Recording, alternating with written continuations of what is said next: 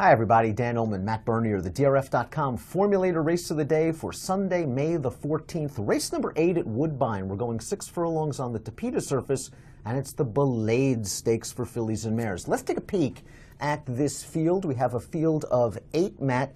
Remember, folks, download those free Formulator past performances on DRF.com and on the Race of the Day event page, and handicap along with us as we take you in post-position order. The number 1's Galena Point, Mark Casse, Gary Boulanger, 5-1 on the morning line. I thought this horse ran really well in her first start of the year. I would agree with that. She came from the back. She didn't really have the pace that she needed to really run at. She had a pretty good trip, all things considered, on the inside, but it felt like a very good starting off point.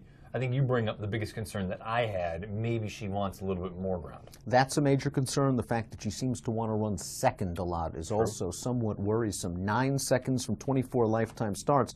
But that last race was good. She was out sprinted early. There wasn't a ton of pace. She was rolling along the inside late, and she galloped out best of all. The number 2 is the morning line favorite. That's Code Warrior at 8-5. Now, Code Warrior is shipping up from Northern California, where she lost at short prices in her last 2 races. Last time out, I could not find an excuse. No, I agree. You know, I think that the interesting thing, this horse has figures. If you're looking just at buyers, the high 80s, it's probably pretty darn close to what it'll take. You've got the highest last out time form US rating with a 113.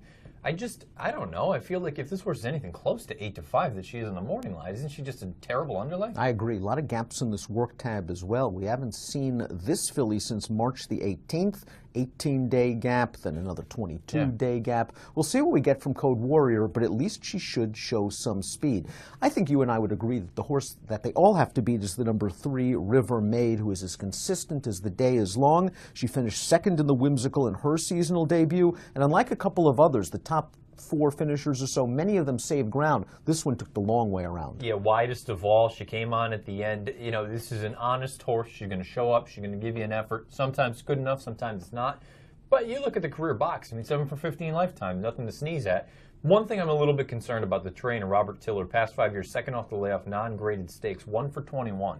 9 of them hit the board, 13-cent ROI. I don't know if you want to do anything with that. Maybe that's just kind of one of those quirky little formulator facts, but I feel like this horse is going to take money, and I personally think, from the morning line standpoint, I think the 3 and the 2 flip. I think this horse is closer to 8-5, and the 2, Code Warrior, is closer to 5-2, 3-1. And she is the defending champion in this race, the number 3, River Maid. Matt talked about how this pace might not be very fast. The Timeform US pace projector concurs. They have the number 4, Copper Fox, 20-1 on the morning line, out there with the number 2, Code Warrior, and that could be a big advantage for Code Warrior. Yeah, it certainly could. If this horse can handle the racing up north of the border, as opposed to the company that she had been facing in Northern California, she certainly has a big chance. As for Copper Fox, like many of the fillies and mares in this race, she'll be making her second start of the year. I thought she ran okay first start back. It's a nice building block effort. She's just a little bit slow on paper. A little slow on paper, and I think she's a little bit class compromised. I don't think she's quite this good. We have a formulator fact for the number 5, Generous Touch. Trainer Siddharth does very good work over the past 5 years with older synthetic sprinters, last out winning synthetic sprinters off a very long layoff. He gets them ready to fire off the bench. 27%, a $3.09 return on investment, and Generous Touch was in very good form before the layoff. Certainly was. She won that stakes race most recently that preceded this long layoff. The interesting thing about that race, and the interesting thing about the pace projector, you know, she got shuffled pretty badly in that race, and I think that's the only reason she was 4 lengths out of it. Initially, she was a little bit slow, but she moved up, and she was a length or 2 out before getting the shuffle.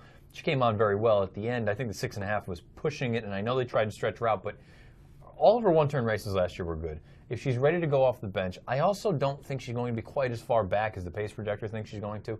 If she can sit just off of the 2 and the 4, I think she has a big chance. She has run really well fresh in her career, and those 2 bullet workouts, plus that formulator fact, it has to make you think that Generous Touch is going to be ready to roll in her first start as a 4-year-old. The number 6 is Blurricane, who finished first in 3 out of her final 4 starts as a 4-year-old last year. My one issue with Blurricane, despite the layoff, is the field she beat on November the 11th was not good. Not good. You've got the layoff now that you've got to deal with, although the connections do relatively well with that. I think the race that, if you like this horse, that you're supposed to be sort of circling and saying, if she can run the race from October 21st, where she was only a half length beaten by Galena Point.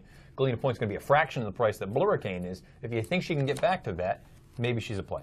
Crumlin Spirit is another one going second off the layoff, this time for trainer Michael Doyle. Sort of an even performance at 54-1 in the Whimsical last time out, but a solid enough buyer speed figure. If she builds off that effort, I think she has a chance, and it's worth noting that she did win her second start of 2016. I don't love that she's 2 for 17, 7 minor rewards in this spot. The other thing that we should make mention about the Whimsical, if you're big into taking a look at the Timeform US ratings and how the track was, they color code it based on speed friendly or closer favoring.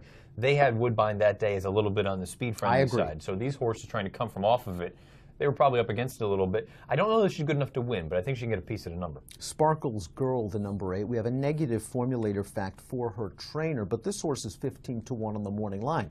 So let's take this 0 for 23 with last out winners over a synthetic track with a grain of salt. Sparkles Girl came off a layoff. No sweat winning an optional claimer. That was a really solid performance. She just needs to build off of it from a buyer speed figure standpoint.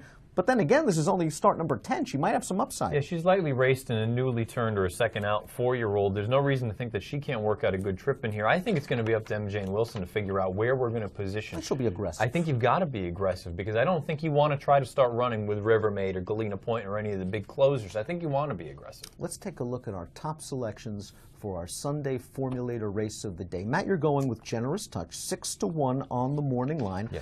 A horse that has a good history of running fresh, and she might, again, have the most upside of any horse in this race. We kind of know what Rivermaid is. We kind of know what Galena Point is. This horse, Generous Touch, she might be just scratching the surface of her potential. I'm really hopeful that Hernandez is aggressive, similar to what we just talked about with the 8 horse. I want Generous Touch to be basically sitting just off the Northern California horse and try to take this thing over because I think she's at her best when she does that. I also don't really want to start kicking when your horse is kicking it in, when Rivermaid's kicking it in. 5-1-3 for Matt. I'm going to go with Galena Point, 5-1 on the morning line.